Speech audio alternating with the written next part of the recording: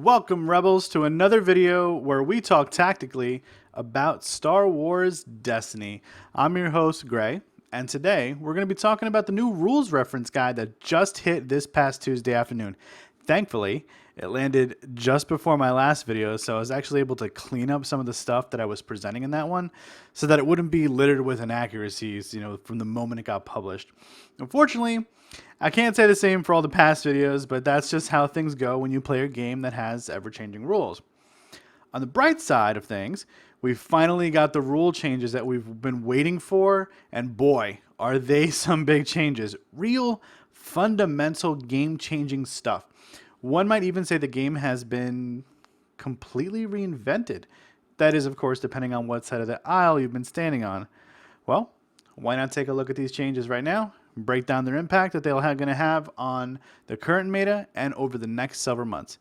So let's check that out after the break.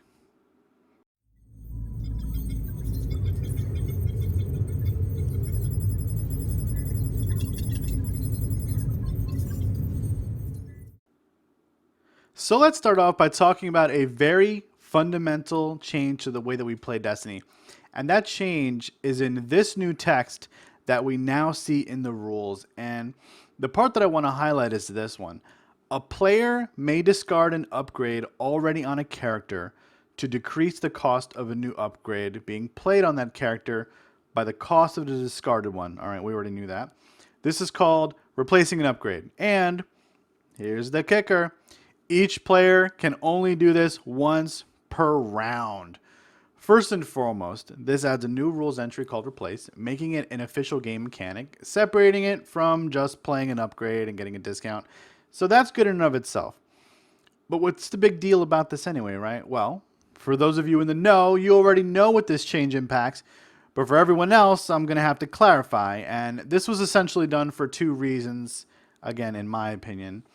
First was, of course, to restrict potential abuse of the replacing an upgrade system for any potential heroes or characters, I should say, in the future.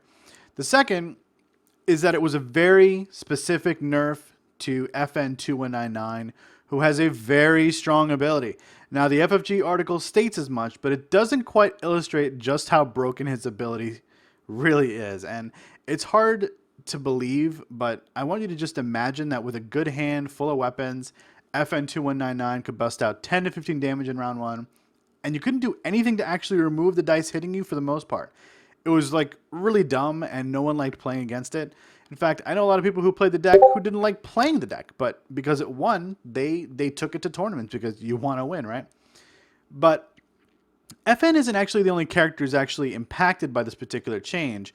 Awakening's Ray was too, and if you've ever sat across from a Ray deck, which is usually loaded up with as many ambush weapons as possible, then you've already seen this in action. Vibro Knife goes on to Ray, you bank 2 actions, you overwrite with another Vibro Knife, now you've got 3 actions banked. It only gets worse over the course of the game now that X8 Sniper is there, and that added a 4th potential ambush weapon to the Han Ray deck. So there's 8 cards that lets her take 2 actions while also giving her damage dice to use with Han. And of course, that's not the only deck that took advantage of it. Even blue hero decks did, although in a far more limited capacity than Han Ray, as you tend to be stuck in blue with those kind of combinations. But anyway, the change for the game is great because it creates a fairer environment, and you're going to hear me talk about that a lot throughout this video. Because now, you can still play 2 Vibro Knives on your opening turn on Ray for 3 actions, all right? But then that's it. You can't then spend the die and then decide to override it again. So it's slowing down, her game, and it completely slows down FN2199's game as well. So much so, in fact, that in addition to his point cost change to 1215, which we're going to talk about later, he's essentially been nerfed so hard that the top tier deck space just got blown wide open. So with that change, let's take a look at the next big changes, which came to us in the form of card erratas. And on this screen, I'm going to put the pre-errata card, the one you pull out of packs, the one you've got in your collections binders and your boxes on the left side of the screen. And the one on the right is the post-errata version, which was posted on FFG's site just the other day. And the first one that I want to look at is Vibro Knife. And here's the new postcard errata, and so I'm going to read you the old text and we're going to go over the new text. So the old one is ambush. While this die is in your pool, melee damage dealt by your dice, including this die, is unblockable. New version, damage dealt by this die or by dice it modifies is unblockable. So this was such a needed change to the game. For too long now, shields have just been sort of irrelevant for the most part. If you were trying to play a deck that shielded up real nicely and your opponent drew their Vibro Knife early, it was a very lopsided game. Vibro Knife essentially shut down a very critical part of this game and in general, hero deck strategies. But with this change, we're going to see shields matter a bit more. No longer will all your melee damage be unblockable just because the Vibro Knife is showing a blank in your pool of dice, you know? Now, it's just going to be a portion of the damage, which can be a large portion, mind you, but it becomes far more, and I'll say it again, fairer to the game. And I want to clarify how this works because there's already been a whole lot of questions asked in the Facebook groups, and even though the answer kind of seems obvious to me, it appears to need addressing.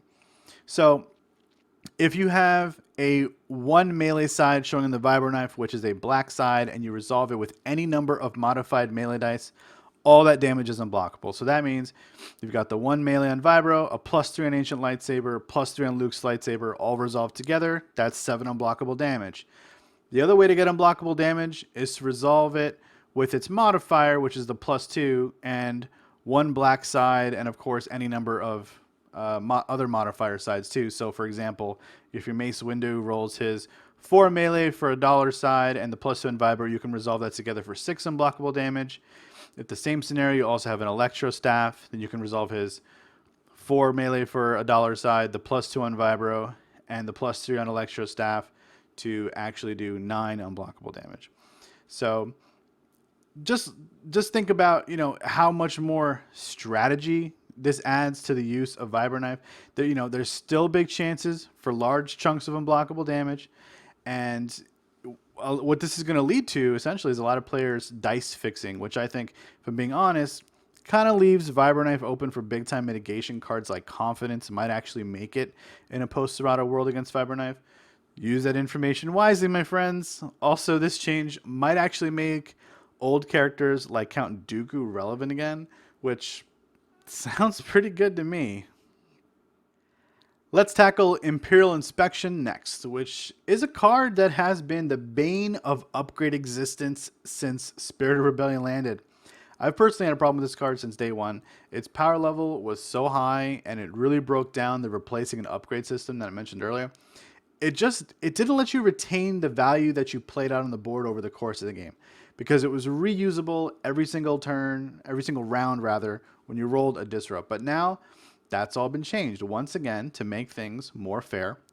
And it now reads, after one of your dice rolls a disrupt, you may set this support aside instead of the old text, which says to exhaust it, to return an upgrade in play that costs 2 or less to its owner's hand. So now, instead of this repeatable two weapon upgrade bouncing card, you've got this 2 times use per game. You know, for each copy of it, you get to bounce a card of 2 or less back to their hand. That seems a bit more fair. And overall, you know, it's a pretty good change, you know. And when you compare it to how it used to work, it doesn't actually seem like that much of a nerf. Because when I think back to my games, you know, I say, well, how many times do I expect to actually proc Imperial Inspection a game, you know? Yeah, probably 2 times, maybe 3, maybe 4 in a really lucky game. You know, again, that's 1 copy of it. But even so, you know, I still think that the change is a big deal. It hurts a little bit less that it doesn't stick around, you know, forcing the opponent needing to draw the second one to do it a second time. It slows the game down a bit for the control player, lets the other player get some mileage out of their hard-earned cards that they paid for. You know, all in all, it's a good change, and I think that, you know, Imperial Inspection overall still sees some play, but we're going to have to see how that shakes out in the long run. You know, if people really dislike this change, then maybe they just leave Imperial Inspection behind, you know. And again, then maybe cards like Rend that we were sort of waiting to see what happens with a card like this, maybe that card also goes away the dodo, you know, because I haven't really seen that many 4-speeds around either. So who knows, right? But Imperial Inspection, you got a big change here. You know, villains are really hurting on this one. And honestly, I don't feel that bad about it. All right, for the last batch here, we're just going to take a look at the other two changes together since they're essentially the same change in the same category of card. And the changes came to It's a Trap and Heat of Battle. So one of these costs 1, It's a Trap, and Heat of Battle costs 2.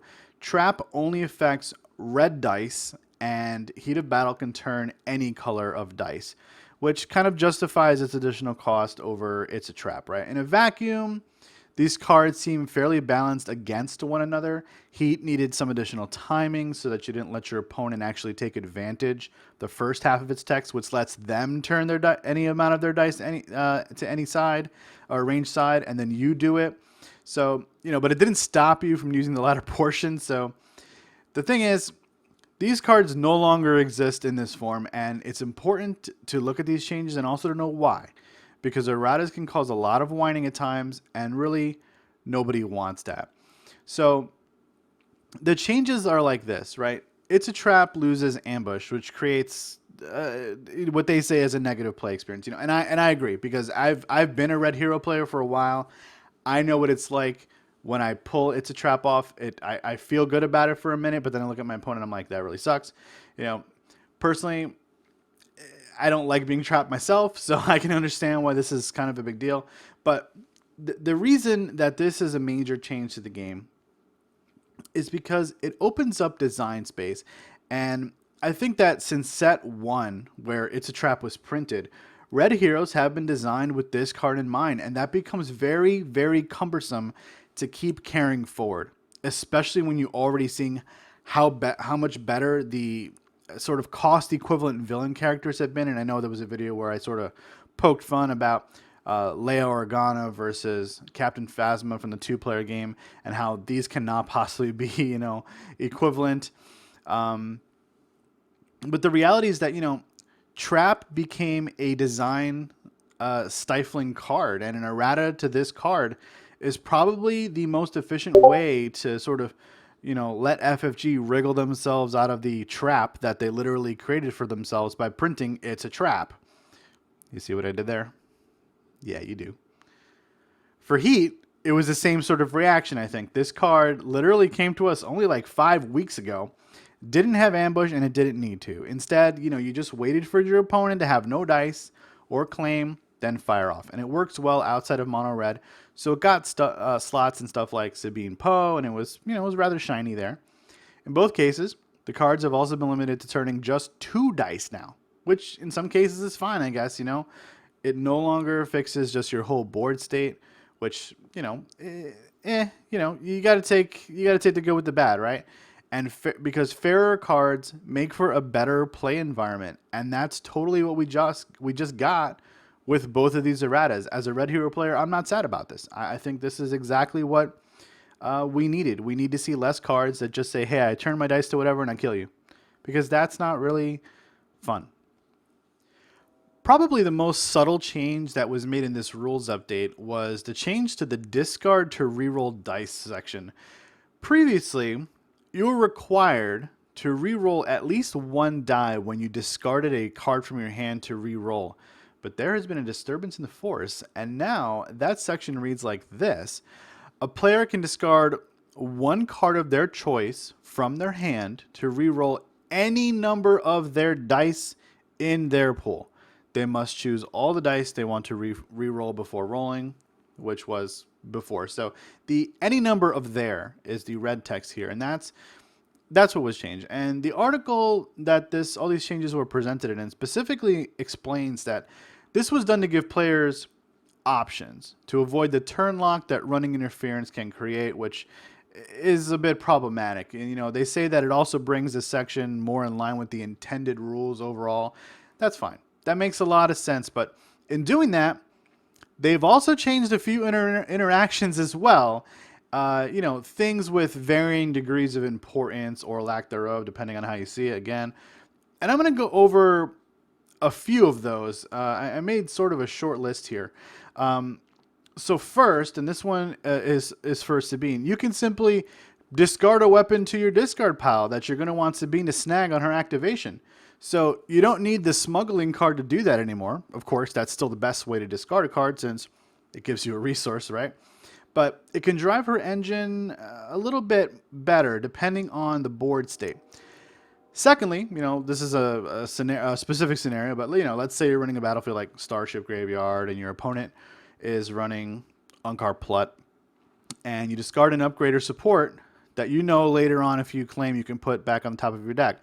So if you have a second chance in your hand right now that you can't play, you know that it's worth 3 resources if they Plut you.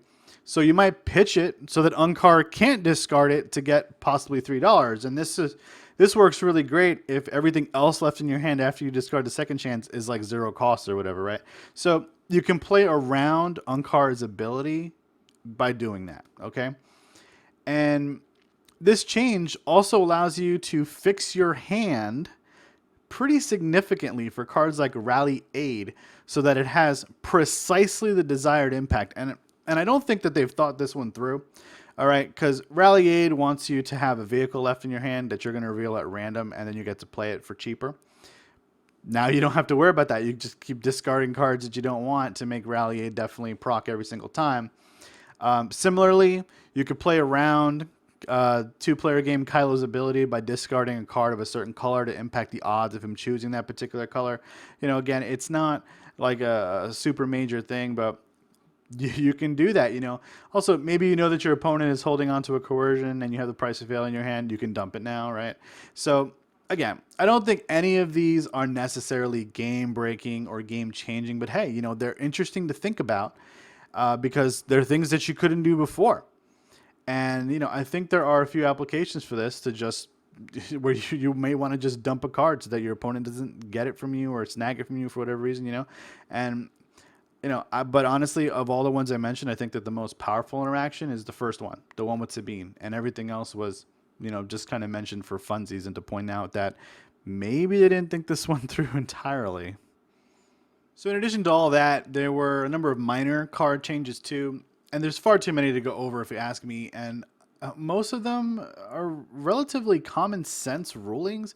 I'm not exactly sure how some of these make the guide, if I'm being honest, but, well, they're there. And you can go read them. I'm not going to cover them all because, it's just silly to do that. And there was also a clarification on redeploy, which I'm not going to cover either because it didn't change anything about the way that we think about redeploy whatsoever. It just kind of specified a timing on it, I guess, and it doesn't fundamentally change anything. But there are 2 minor changes to game terms that I feel are worth highlighting here. And the first is the word controller, which clarified that when an ability refers to your card or die, it is referring to a card or die under your control. So this is doesn't mean owner necessarily. It means your card or die. So when Afro was spoiled, I had made a comment in that video that the word your or yourself was really vague. So here's the clarification for that. I mean, it always made perfect sense that, but I don't think that we can simply just tell people, okay, take the cards as they are literally written in Destiny because of stuff like the port district clarification in this guide, which I'm not going to go over. But that's one that we've known about for a while, and it confuses the term cost, which is pretty clearly defined in previous versions of the rules reference guide. But FFG's decided, let's just call this one however we decide, and we're going to come up with a second definition for the word cost, apparently, which is wrong in my opinion. If they want to fix that battlefield, it should say whenever you spend at least 3 resources on a card, it gets ambushed, okay? You've already used the word spend resources and lose resources, so why don't you just keep it in line with things? But no, they didn't do that. They had a chance to do a card route on there, but they decided not to. Anyway, the second edition is in the entry to the term move, which states that when an upgrade moves to a new character, it maintains its state ready or exhausted. And so this is more in line with how we learned earlier, learned last time that the die returns to the card. So now it returns to the card and its state remains exactly how it was for that round. There aren't really many upgrades that exhaust themselves, so you're not really going to see this ruling come into play a whole lot. And if you can't think of any upgrades that exhaust themselves, here's the whole list. Hunker Down, Makashi Training, everybody forgets about that one. Personal Shield, Hidden in Shadows, Deadly, Master of the Council, and Now I Am the Master. That's literally all of them. All right, so here's the salt, okay? And this is the final section that we're going to go over, and it's a new addition to the rules reference guide called Balance of the Force. And it's intended as a sort of living document, I guess, for point changes that will be made to characters, and they can be removed from characters whenever they feel like it. So I think that this is a pretty fantastic idea and allows them to tinker with the meta sort of on the fly. Although I also see the detriments to giving FFG this power. Although, I mean, they're the game designer, right? So they can do whatever they want. But that's also assuming that they do the right thing and identifying the problem and then respond to it appropriately and not just, always go straight to the point stuff. And if they do that, I won't have a problem with it. In fact, I don't really have much of a problem with what we've gotten so far. So let's review, okay? There are 1-point categories and 2-point categories so far. And in the 1-point category, we've just got Captain Phasma from the 2-player game. And these point increases on here increase both the non-elite value as well as the elite value. And what we've got now is Phasma is going to lose one of her die in a lot of decks that were very prevalent in the meta because she's not 9/13 anymore. Now she's 10/14. So the decks that are affected are Cad Phasma, Baby Vader Phasma, Daddy Vader Phasma. Like, that really hurts, but if, honestly, I've got no empathy for villain players because your villains have been grossly undercosted since day one because, you didn't have It's a Trap. So you're ready. Captain Phasma got to be insanely good for some reason, right? And I think what does stink about it, though, is that, she's new in the 2-player game.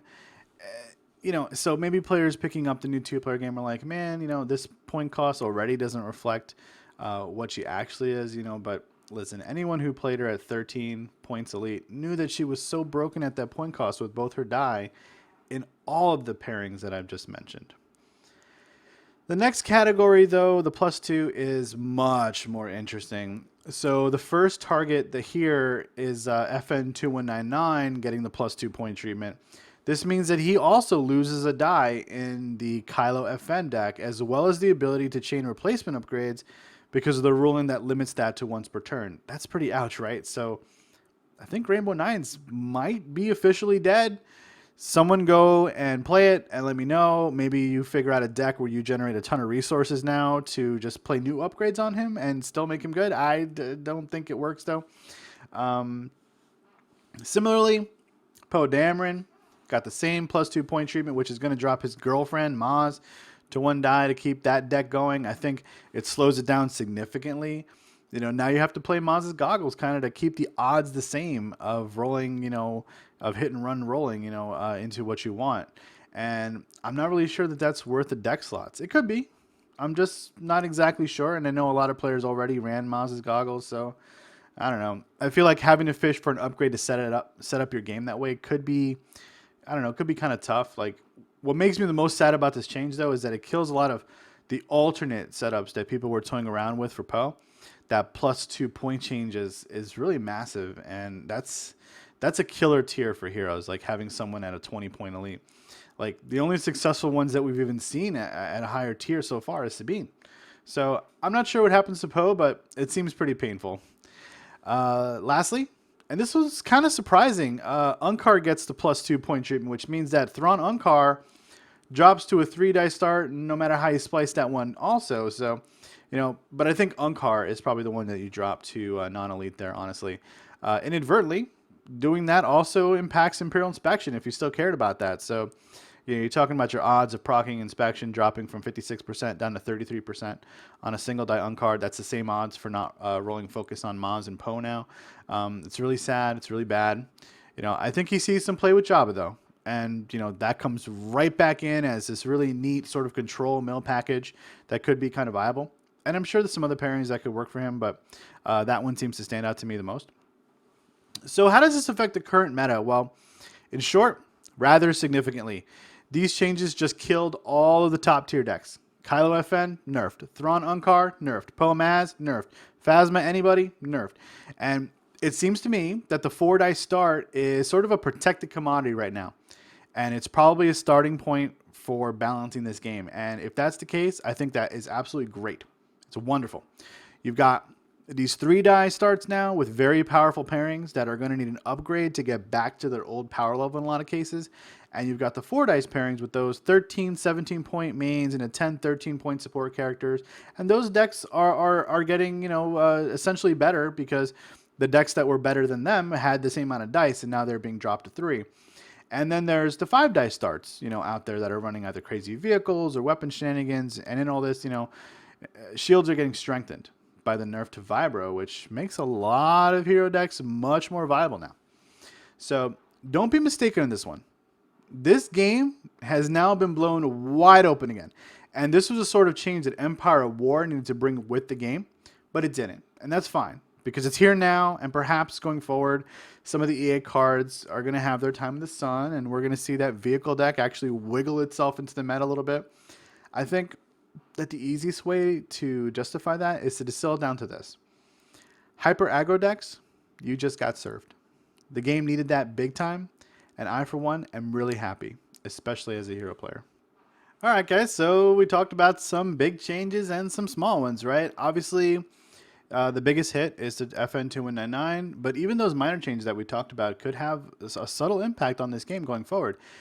And what we've got overall, it seems, is a meta where shields matter again. And, primarily as a hero player, I feel good about that. On the other hand, I don't want shields to run away with the meta either. So I think that we should all do our part as best we can to keep submitting our questions and our feedback on the game to FFG so that they can continue to balance things. But so far, so good though. And I feel like, I feel good about what I'm looking forward to. And when I think about, well, what's coming next? So with that, I think we're done here. Keep an eye on the channel over the next few days as I'm going to be putting up my first TTS gameplay videos. Not by choice per se, but because I'm involved in a little thing called the Content Creator Showdown, and I'm actually super excited about it. So I'm going to tell you a little bit more about that in a brief video, which I'm going to record tomorrow night after I hopefully play my first set of matches with my first opponent. But if you're itching to know more about that already, then you should go to thehyperloops.com and check out their article about it. And I'm going to link that in the show notes for you guys and girls as well. So thanks for stopping by, guys, and I'll see you on the next one. Until then, try to stay out of trouble, watch out for sandstorms, and don't point the lightsaber at your face, okay? May the Force be with you.